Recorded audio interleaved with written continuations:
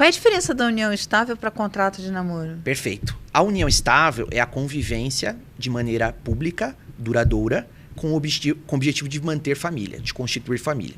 Então, duas pessoas convivendo no mesmo lar, de maneira pública e com o objetivo de construir família.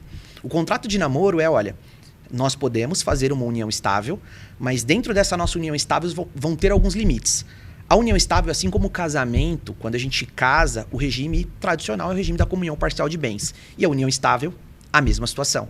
O regime, sem ser decretado um regime diferente, é o regime da comunhão parcial de bens. Então, o contrato de namoro, ele vem para preservar que o regime não vai ser o da comunhão parcial de bens. Vai ser o da separação total de bens. Nós vamos casar e eu quero fazer um pacto antinupcial. Ou seja, tudo aquilo que eu tive e conquistei antes do meu relacionamento não se comunica. E aí eu faço o gancho dessa história que eu trouxe há pouco. E a gente estruturou a ideia de que teria que ser um contrato de namoro e que depois desse contrato de namoro precisaria haver um pacto antinupcial para que depois então pudesse ser feito esse casamento. Pois bem, ele chegou para conversar com a companheira e houve uma instabilidade no relacionamento por conta da conversa que foi trazida, de olha, fui até um advogado, me orientaram a isso, e a condição foi, olha, se for assim eu não quero. E esse companheiro, para não perder a sua amada, optou então por fazer a venda de alguns bens durante esse procedimento de união estável, que eles já estavam em convivência. E esses bens, eles foram feitos uma integralização de capital para algumas empresas que ele tinha aberto durante a constância do casamento. Durante a constância da união estável. Passado algum tempo, esse casal teve um problema de uma situação financeira por parte do cônjuge, e a esposa, que no caso ali era a companheira, optou por dar fim ao relacionamento, e ela, muito ciente de que ele havia feito essas manobras, trouxe tudo isso para o processo de reconhecimento de união estável, porque eles não haviam feito esse processo de reconhecimento de união estável num cartório. Então ela entrou com um processo judicial para reconhecer que nesse período eles estavam em união estável e que todos os bens que foram integralizados durante a união estável, que eram patrimônio que ele tinha conquistado antes do casamento, se comunicaria e que, portanto, teria que ser partilhado. Então aí começou uma guerra jurídica. Esse cliente já estava numa situação financeira delicada, acabou optando por fazer um acordo com a companheira para evitar o litígio, até porque ele tinha outros credores, e esses credores iriam descobrir essa estrutura que ele tinha criado, que era uma estrutura tanto para o relacionamento quanto também para se evadir de algumas dívidas, e por bem ele optou por fazer esse acordo em segredo de justiça e deu fim a essa situação. Então, e ela recebeu a Quer dizer, traduzindo todo esse seu juridiquês, um homem 60 a mais conheceu uma jovem e quis namorar, e ela falou que tudo bem, só que só se casasse. Perfeito. E aí ele procurou um advogado para estruturar isso de forma que protegesse seus patrimônios, enfim. Perfeito. No meio do caminho dessa bonita relação, ele ficou pobre e ela desistiu do casamento. Exatamente. Aí ele teve problemas financeiros, ficou pobre, e aí ela desistiu do casamento, só que ela sabia que havia bens e ela quis esses bens. Perfeitamente. Ela quis discutir, dizendo que ela tinha participado, porque ela trabalhou na empresa dele. Então, ela participou de todas as operações, conhecia o contador, conhecia a estrutura financeira dele. Então, ela tinha acesso e informação a todas essas... A vida tá difícil, né? Não tá fácil.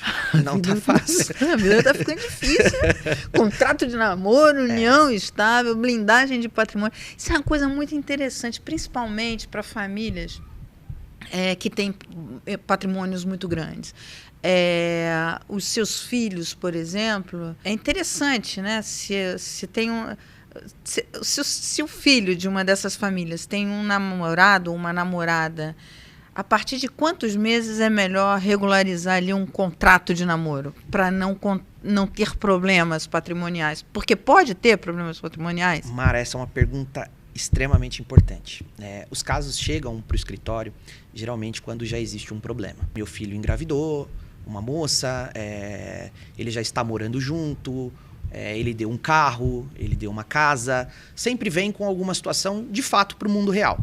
E o que a gente recomenda hoje, e essa é uma máxima que já vem sendo aplicada, aqui em São Paulo existem muitos locais que já fazem isso, que é você fazer um planejamento patrimonial e sucessório. Você preparar a próxima geração não só para assumir os negócios, mas também para assumir a responsabilidade que é manter todo esse patrimônio que foi conquistado. A gente sabe que existem muitas famílias que possuem aí ao longo de tempo um patrimônio extremamente expressivo, e esse patrimônio em algum momento ele vai ser partilhado, porque o pai ou a mãe vai vir a faltar, e aí vai caber aos filhos, e essa estruturação da forma como estiver vai ser a responsável então por receber esse patrimônio. É importante a gente deixar claro que doações, por exemplo, feitas em vidas não se comunicam com os relacionamentos, mas compra e venda se comunicam. Então, por exemplo, eu dei um dinheiro para o meu filho comprar um apartamento com o próprio dinheiro. Ou ele está trabalhando e eu ajudei ele a comprar, pagando metade do apartamento para ele ali que ele precisava. Se eles tiverem união estável, 50% é da companheira. Ah, mas não é uma união estável, duradoura. Ela fica de vez em quando no apartamento, dorme de vez em quando. Se houver comprovações fáticas de um relacionamento público, notório e com o intuito de constituir família, ou seja, viagens, amigos, festa em família, eventos públicos, coisas que materializam isso, com certeza vai ser considerado uma união estável. E isso vale tanto para homens quanto para mulheres. Quer dizer, uma moça que esteja namorando um rapaz, sei lá, 2, 3 meses, 5 meses, 6 meses. A partir de quanto tempo você recomenda que se faça um contrato de namoro para que ela não tenha problemas? Porque assim, é complicado, porque às vezes o patrimônio é da família, do pai e da mãe, não é dela, mas pode ter, de alguma forma, esse namorado pode ter direito a esse patrimônio? Sim. O que é esse contrato de namoro e a partir de quanto tempo de namoro você recomenda que se faça um contrato de namoro? Perfeito. Hoje, a maioria das empresas e famílias estão constituindo patrimônio a partir de holdings. Então, eles pegam e integralizam todo o capital dentro dessa empresa e dividem o capital social entre os filhos e as pessoas que vão herdar esse patrimônio. Então, a partir do momento que esse filho passa a estar em união estável, mesmo que ele ainda não tenha acesso propriamente dito ao imóvel, ele tem acesso à cota e essa cota pode ser partilhada. Então, já mesmo se for um namoro de longo prazo, sei lá, namoro de um ano? Não, namoro não. Uhum. O namoro propriamente dito, ele não vai ser considerado uma união estável. Aí é quando a gente está falando de união de duas pessoas com o intuito de constituir família e estarem habitando no mesmo espaço. Então, mesmo que seja periódico? Mesmo que seja periódico. Ou seja, ele mora num apartamento e ela mora num apartamento e ele vai visitá-la sempre, dorme 3, 4 vezes na semana. Hoje a gente tem uma tese, está sendo construída nos tribunais pelo Brasil, que se chama de namoro qualificado. O que é o namoro qualificado? É exatamente essa situação que você está me trazendo. Meu filho ou minha filha tem um namorado e esse namorado ele dorme 4 vezes na semana na casa dela ou na casa dele. Isso é uma união estável? Depende. Depende dos outros elementos de prova que nós tivermos para constituir isso. Para que se evite, então, essa situação, essa ocorrência, o ideal é que, após constituir o namoro, estabilizou, as partes entenderam que é isso que elas querem e vai ser um namoro mais sólido, algo que vai ser perene, precisa haver essa conversa. Precisa haver porque os limites precisam estar claros para ambas as partes. Nós estamos juntos, o que a gente conquistar eventualmente vai ser nosso, mas existem alguns limites nesse jogo. Então, o contrato de um namoro é uma espécie de noivado, antes da união estável, antes do contrato de união estável. Perfeitamente. É isso? A gente poderia classificar assim, como uma um pré-contrato ao noivado, estabelecendo os limites daquilo que nós vamos poder ter na constância do casamento e depois, durante a constância do casamento, como que nós vamos estruturar isso. Então, hoje eu já elaboro alguns contratos de namoro, onde a gente já estabelece qual vai ser o regime de casamento. Para que as partes tenham clareza e declarem que tem ciência de que o regime vai ser uma separação total com pacto antinupcial, em caso de ocorrência. E sobre isso, tem um caso interessante, e a gente passou a implementar isso no escritório, onde a gente fez um contrato de namoro, fez a estruturação, e dentro dessa estruturação,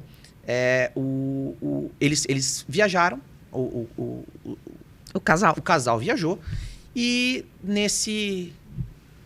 nessa viagem resolveram casar. Foram até um tabelionato em Trancoso, na Bahia, e falaram, não, vamos oficializar essa relação.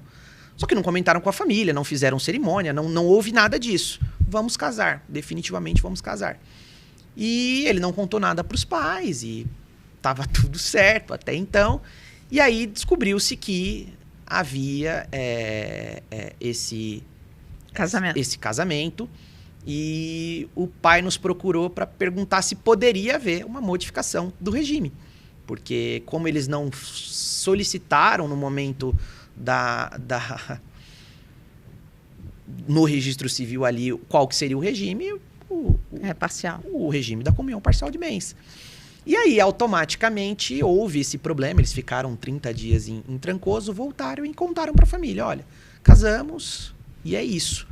E aí começou-se uma discussão, porque aí envolveria, obviamente, o filho e a esposa, agora esposa, porque nós precisaríamos fazer isso pela via judicial. Eu não posso fazer uma alteração de regime sem uma justificativa plausível uma semana depois do casamento. Então, são situações complexas. Nesse caso, não houve mudança.